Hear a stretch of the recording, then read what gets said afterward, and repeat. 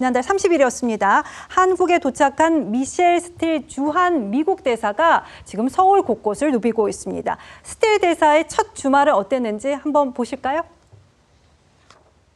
잘 먹을게요. 감사합니다. 여기까지요. 취한분 여기까지 오셨대요. 할머니예요. 저도 솔직히 짠나시죠. 네. 스틸 대사가 남대문 시장에서 호떡도 먹고 한국어로 또 시민들과 소통하는 모습을 보여주기도 했는데요. 심유섭 위원님, 네. 정부에 이제 신임장을 제출하기도 전에 시민들과 스킨십을 하고 있는 모습이기도 하거든요. 이게 의미가 있겠죠. 당연히 있죠.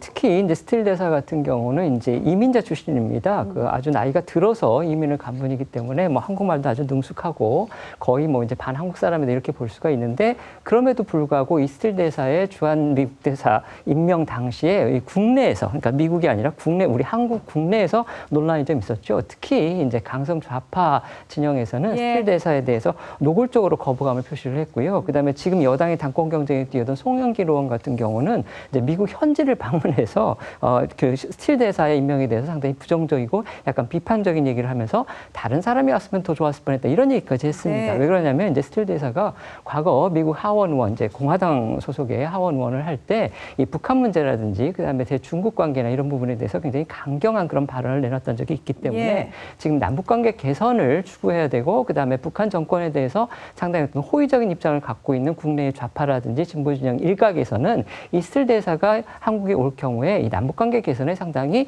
조금 걸림돌이 될 수가 있다 이런 우려를 해서인지 상당히 강하게 반대를 했습니다. 그런 부분을 아마 스틸 대사는 잘 알고 있을 것이고 그렇기 때문에 지금 시임장을 제정하기도 전에 일반 시민들하고 접촉을 하면서 어떤 주한 미국 대사로서의 어떤 이미지를 개선하고 그다음에 자신의 어떤 그 친밀감을 강조하는 그런 전략을 쓰는 것 같습니다. 네.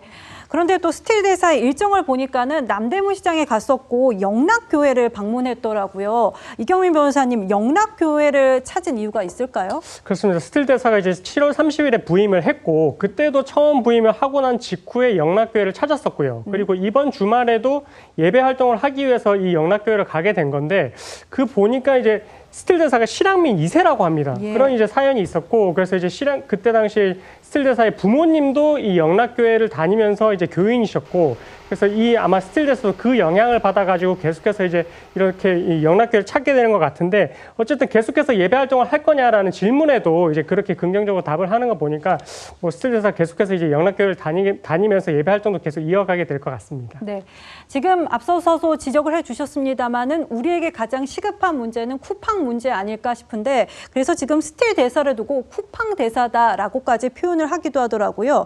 그런데 스틸 대사의 남편이 캘리포니아주 공화당 의장 출신인데 이것도 상당히 유의 깊게 봐야 하는 부분이라고 하더라고요. 이게 이제 그 긍정적이 될 수도 있고 우리한테 그다음에 부정적인 부분이 될 수도 있습니다. 자, 긍정적인 부분이라는 건 뭐냐면 이제 주한 미국 대사가 과거에는 그 미국 국무부 본청에서 뭐 국장급도 안 되는 분들이 왔기 때문에 결국 이제 좀 급이 낮다 이런 부분이 지적이 있기 때문에 반면에 지금 저 스틸 대사 같은 경우는 연방 하원 의원을 두 차례나 지냈고요. 공화당 소속으로. 그다음에 남편인 경우에는 아까 말씀하셨듯이 이제 쇼온 스틸 씨 같은 경우는 그 캘리포니아 지역의 전국위원회 의장이기 때문에 이게 이제 돈줄하고 연관이 되어 있기 때문에 또 남편이라든지 스틸 대사 모두 다 여차하면은 그 백악관과 직통 라인을 개설할 수 있다. 그렇기 때문에 한미 간 어떤 긴급한 현안이 있을 때 그런 부분에서 상당히 중간에서 역할을 해줄 수 있다. 이런 긍정적인 부분이 있는 반면에 또 이제 부정적인 부분이라고 볼 수 있는 부분은 이 분이 어떻든 간에 공화당 소속인데 아시다시피 지금 공화당 소속의 하원 의원들이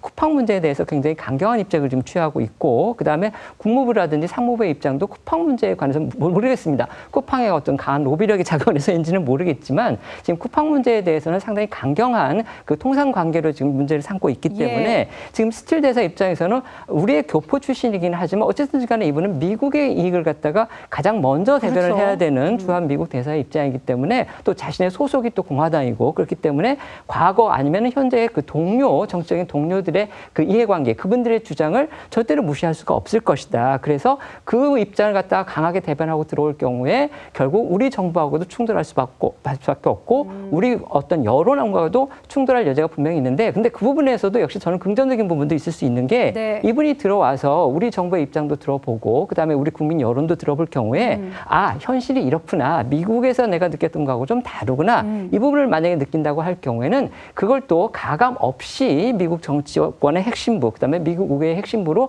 전달할 수 있는 그런 부분도 해줄 수 있는 부분, 그런 기능도 할 수 있는 부분이기 때문에 이 스틸 대사가 과연 앞으로 어떤 역할을 할지는 저희가 좀 지켜봐야 할 것 같습니다. 네.